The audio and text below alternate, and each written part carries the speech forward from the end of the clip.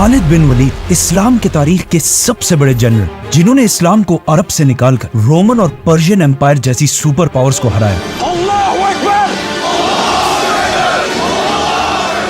लेकिन इस सब के बाद उस वक्त के खलीफा हजरत उमर रज़ियल्लाहु अन्हु ने उन्हें अपनी पोजीशन मतलब आर्मी चीफ के ओहदे से हटा दिया। लेकिन क्यों? इतने बड़े जनरल को हटाने की जरूरत क्या थी? खालिद बिन वलीद अब तक दुनिया के सारे जनरल्स वो वाहिद जनरल है जिन्होंने अपनी पूरी जिंदगी में कोई भी जंग नहीं हारी। सबसे पहले उन्होंने अपनी जिंदगी की पहली जंग ओहद में मुसलमानों को हराया। फिर इस्लाम कबूल करने के बाद जंग मुता जैसी खतरनाक जंग जीती, जिसमें रसूलुल्लाह सल्लल्लाहु अलैहि वसल्लम ने पहली दफा उन्हें सैफुल्लाह अल्लाह की तलवार का टाइटल दिया। फिर आप सल्लल्लाहु अलैहि वसल्लम के बाद पहले खलीफा हजरत अबू बकर रज़ियल्लाहु अन्हु ने खालिद बिन वलीद को मुसलमानों की पूरी फौज का पहला आर्मी चीफ बनाया, जिसके बाद वो मदीना से फौज लेकर रवाना हुए और बहुत तेजी से पूरे अरब को फतह कर लिया और जंग यमामा में बहुत बड़ी फतह हासिल की। लेकिन पूरा अरब फतह करने के बाद अबू बकर रज़ियल्लाहु अन्हु ने उन्हें वापस मदीना आने के बजाय पर्शियन एम्पायर की तरफ जाने का हुक्म दिया। पर्शियन एम्पायर पहुंचने के बाद खालिद बिन वलीद ने अगेन बहुत ही तेजी से पर्शियन एम्पायर के ये सारे इलाके फतह कर लिए। लेकिन at the same time Abu Bakr रज़ियल्लाहु अन्हु ने एक दूसरी फौज रोमन एम्पायर की तरफ भी रवाना की। लेकिन ये फौज बहुत बड़ी होने के बावजूद भी उस तरह की कामयाबी हासिल ना कर सकी। इसीलिए रोमन एम्पायर के हालात कंट्रोल करने के लिए हजरत अबू बकर रज़ियल्लाहु अन्हु ने खालिद बिन वलीद की तरफ ऑर्डर्स भेजे कि वो पर्शियन एम्पायर को छोड़कर रोमन एम्पायर की तरफ जाए। फिर जब खालिद बिन वलीद रोमन एम्पायर की तरफ गए तो अगेन वहां हर जंग जीतने लगे और आखिर रोमन एम्पायर की बहुत ही इंपॉर्टेंट सिटी दमास्कस को फतह करके ये सारा इलाका फतह कर लिया। लेकिन अब जब खालिद बिन वलीद रोमन एम्पायर की तरफ चले गए थे तो पर्शियन एम्पायर में मुसलमान दोबारा हारने लगे। तो जब पूरी दुनिया के लोगों ने ये देखा कि जहां खालिद बिन वलीद जाते हैं वहां मुसलमान जीतते हैं और जहां पर वो नहीं होते वहां मुसलमान हार जाते हैं, जिसके बाद खालिद बिन वलीद एक बहुत बड़ी सेलिब्रिटी बन गए। और सिर्फ मुसलमानों में नहीं बल्कि रोमन और पर्शियन एम्पायर में भी खालिद बिन वलीद के फतूहात की कहानियां फैलने लगी। यहाँ तक कि एक दुश्मन जनरल ने खालिद बिन वलीद के पास आकर ये तक कहा कि हमारे इलाके में ये कहानी मशहूर है कि एक दिन आसमान से अल्लाह की तरफ से आपके लिए एक तलवार नाजिल हुई थी, इसीलिए आपको सैफुल्लाह कहा जाता है। इन सारी चीजों के बाद ये बातें नए मुसलमानों की गैदरिंग्स में आम हो चुकी थी कि सिर्फ खालिद ही जंग जीत सकते हैं और उनके अलावा चाहे जो भी हो मुसलमान जंग नहीं जीत सकते। जब हजरत उमर रज़ियल्लाहु अन्हु खलीफा बने उन्हें पता था कि मुसलमानों का खालिद बिन वलीद के बारे में ये माइंडसेट इस्लाम के लिए बहुत ही खतरनाक हो सकता है, क्योंकि अगर लेट्स से खालिद बिन वलीद किसी जंग में शहीद हो जाते तो फिर मुसलमानों की फौज का सारा मोराल टूट जाता।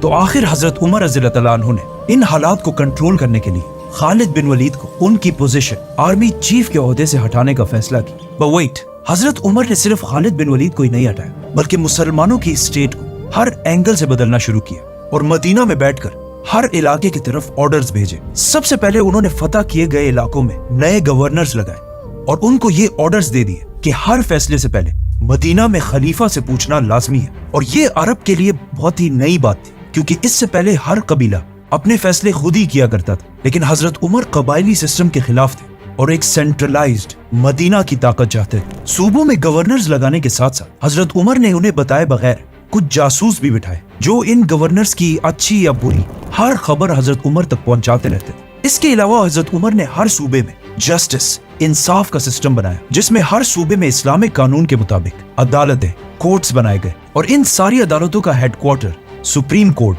मदीना में बनाया गया, जिसमें बहुत सारे सहाबा जजेस लगाए गए।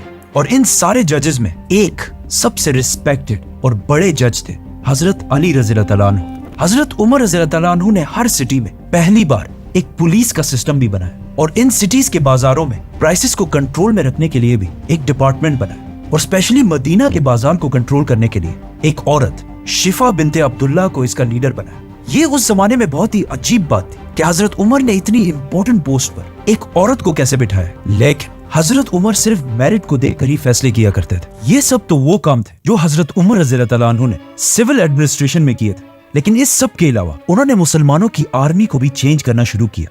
मतलब इससे पहले हजरत अबू बकर रज़ियल्लाहु अन्हु के दौर में मुसलमानों की आर्मी और जनरल्स सारे फैसले खुद ही किया करती थी और हजरत अबू बकर रज़ियल्लाहु अन्हु ने ये करने की उन्हें इजाजत भी दी थी। کیونکہ اس زمانے میں نہ فونز تھے اور نہ انٹرنیٹ، تو اگر ہر ڈیسیجن سے پہلے مدینہ سے پوچھا جاتا تو اس سے مسلمانوں کی فوج کی سپیڈ بہت ہی سلو ہو جاتی. لیکن حضرت عمر کو مسلمانوں کی فوج کی سپیڈ سے زیادہ اسلام کی فکر تھی، کیونکہ اگر دیکھا جائے تو مسلمانوں کی اس ایمپائر سے بھی بہت بڑی ایمپائر چنگیز خان نے بنائی تھی، لیکن وہ ایمپائر صرف 100 سالوں میں بالکل ختم ہو گئی. لیکن حضرت عمر رضی اللہ تعالیٰ عنہ چاہتے تھے کہ اسلام اس ایمپائر کے بعد بھی آنے والے ہزاروں سال تک دنیا میں قائم رہے. تو انہوں نے اپنے آرمی چیف خالد بن ولید کی طرف ایک لیٹر بھیجا اور انہیں اس ایمپائر کے نئے رول سمجھائے کہ ہر ڈیسیجن سے پہلے مدینہ میں خلیفہ سے پوچھنا لازمی ہے. اس کے علاوہ حضرت عمر نے مسلمانوں کی فوج کے اندر کچھ سپائز، جاسوس بھی بٹھائے جو ان جنرلز کو بغیر بتائے ان کی ہر خبر حضرت عمر تک پہنچاتے رہتے.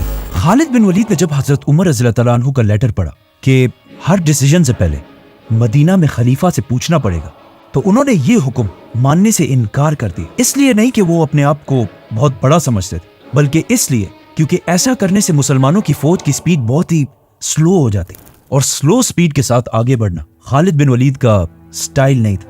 حضرت عمر نے دوبارہ خالد بن ولید کی طرف ایک دوسرا لیٹر بھیجا کہ تم صرف اسی شرط پر مسلمانوں کے آرمی چیف رہو گے اگر ان آرڈرز کو مان لو. لیکن اگین خالد بن ولید نے ایسا کرنے سے انکار کر دیا اور کہا کہ جب پہلے خلیفہ ابو بکر مجھ سے نہیں پوچھتے تھے تو آپ مجھ سے کیوں پوچھ رہے ہیں. ناؤ ابن حجر الاسقلانی کی کتاب اور کچھ باقی کتابوں میں ایک بہت ہی انٹرسٹنگ واقعہ لکھا ہے کہ ایک دن خالد بن ولید ایک محفل میں بیٹھے ہوئے تھے جہاں ایک شاعر نے کچھ بہت ہی زبردست اشعار پڑھے. تو خالد بن ولید نے خوش ہو کر اسے اس زمانے کی کرنسی کے مطابق 10,000 کوئنز دیے. لیکن جب خالد بن ولید نے ایسا کیا اسی وقت وہاں پہ وہ سپائی بھی بیٹھا ہوا تھا، اور یہ خالد بن ولید نے چھپ کے نہیں کیا تھا بلکہ سب کے سامنے کیا تھا. اسی لیے وہاں پر بیٹھے حضرت عمر کے سپائی نے یہ سب دیکھ لیا اور سیدھا اس سب کی رپورٹنگ حضرت عمر رضی اللہ تعالیٰ عنہ کو کی. خالد بن ولید کی اس حرکت پر حضرت عمر بہت ہی ناراض ہوئے اور سیدھا ایک لیٹر مسلمانوں کے دوسرے جنرل ابو عبیدہ ابن جراح کی طرف بھیجا، جس میں انہوں نے لکھا کہ اگر خالد بن ولید نے یہ پیسے اس شاعر کو اپنی جیب سے دیے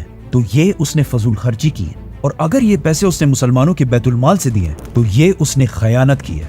ان اینی کیس خالد بن ولید کو ان کی پوزیشن آرمی چیف کے عہدے سے ہٹانا جائز ہے. اور آگے لکھا کہ آج سے تم ابو عبیدہ ابن جراح مسلمانوں کی فوج کے آرمی چیف ہو گئے. لیکن حضرت عمر نے خالد بن ولید کو مسلمانوں کی فوج سے ہٹایا نہیں بلکہ ایک رینک نیچے کر دیا، اور اس کے بعد بھی وہ فوج کے بہت بڑے جنرل تھے، مطلب فوج کے سیکنڈ ان کمانڈ تھے. جب ابو عبیدہ رضی اللہ تعالیٰ عنہ نے خالد بن ولید کو حضرت عمر کا یہ لیٹر دکھایا تو چاہیے تو یہ تھا کہ خالد بن ولید کو بہت ہی سخت غصہ آتا کہ ان کی ساری محنت، مطلب پہلے عرب فتح کرنا، اس کے بعد پرشین ایمپائر فتح کرنا، اور پھر رومن ایمپائر فتح کرنے کے بعد ان کو یہ صلہ دیا جا رہا ہے. لیکن یہ لیٹر پڑھنے کے بعد خالد بن ولید نے ابو عبیدہ سے کہا سمعنا واطعنا، ہم نے سنا اور ہم نے اطاعت کی. اور بغیر کسی غصے یا ناراضگی دکھانے کے انہوں نے ابو عبیدہ سے کہا کہ آج سے میں آپ کا یعنی آرمی چیف ابو عبیدہ ابن جراح کا رائٹ ہینڈ بن کر رہوں گا. اسے آج ہم بہت ہی ایک نارمل بات سمجھتے ہیں کیونکہ وہ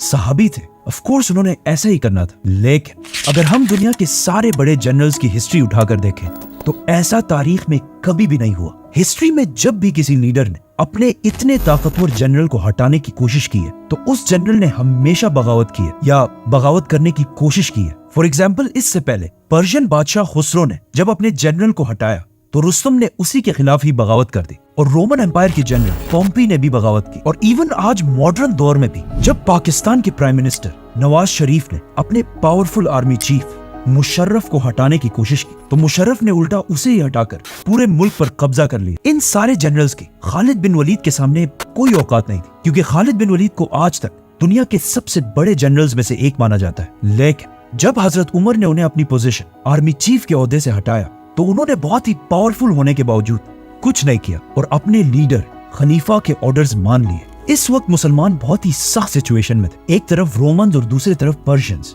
اور اگر خالد بن ولید بھی بغاوت کر دیتے تو مسلمانوں کی ایمپائر ہمیشہ کے لیے ختم ہونے کا خطرہ تھا. ناؤ اس مسئلے پر جتنی میں نے ریسرچ کی ہے اس میں نے دیکھا کہ اس واقعے میں حضرت عمر اور خالد کے علاوہ ایک تھرڈ بھی بہت ہی امپورٹنٹ کردار ہے. مطلب ایک تو حضرت عمر تھے جنہوں نے بغیر کسی کی پرواہ کیے مدینہ کی ریاست کو سٹرونگ کرنے کے لیے اتنا بڑا فیصلہ لیا. دوسرا خالد بن ولید جنہوں نے اتنا پاورفل جنرل ہونے کے باوجود کوئی ایسا سٹیپ نہیں اٹھایا جس سے مسلمانوں کی ایمپائر کو نقصان پہنچے. اور تیسرا اس ایمپائر کی عوام پبلک. آرمی چیف کے عہدے سے ہٹائے جانے کے بعد ایک دن خالد بن ولید مسلمانوں کے ایک گروپ سے خطاب کر رہے تھے जिसमें उन्होंने मुसलमानों के सामने खड़े होकर फरमाया कि मुझे शाम सीरिया फतह करने के लिए भेजा गया, और जब मैंने पूरा शाम फतह कर लिया तो उमर ने मुझे अपनी पोजीशन से हटा दिया। अब जैसे ही उन्होंने ये बात कही तो मुसलमानों के क्राउड से एक आम सा सोल्जर खड़ा हुआ और उसने कहा कि ए हमारे सरदार, ऐसी बातें मत करो, क्योंकि इन बातों से फितना पैदा हो सकता है। मतलब उस जमाने में मुसलमानों की इस एम्पायर की आम पब्लिक में भी इतना शऊर था कि वो ये बात बहुत ही अच्छी तरह जानते थे कि चाहे जो भी हो जाए, लीडर लीडर होता है और जनरल सिर्फ एक जनरल।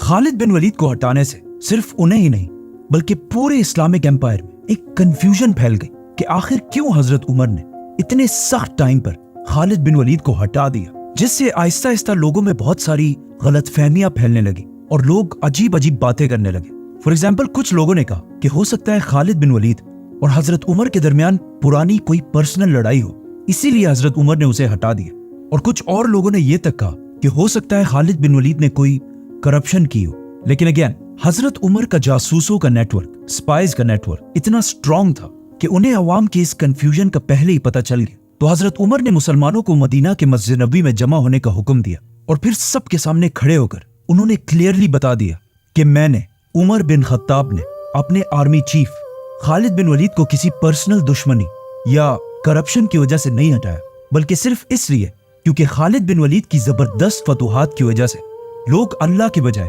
खालिद बिन वलीद पर ट्रस्ट करने लगे थे।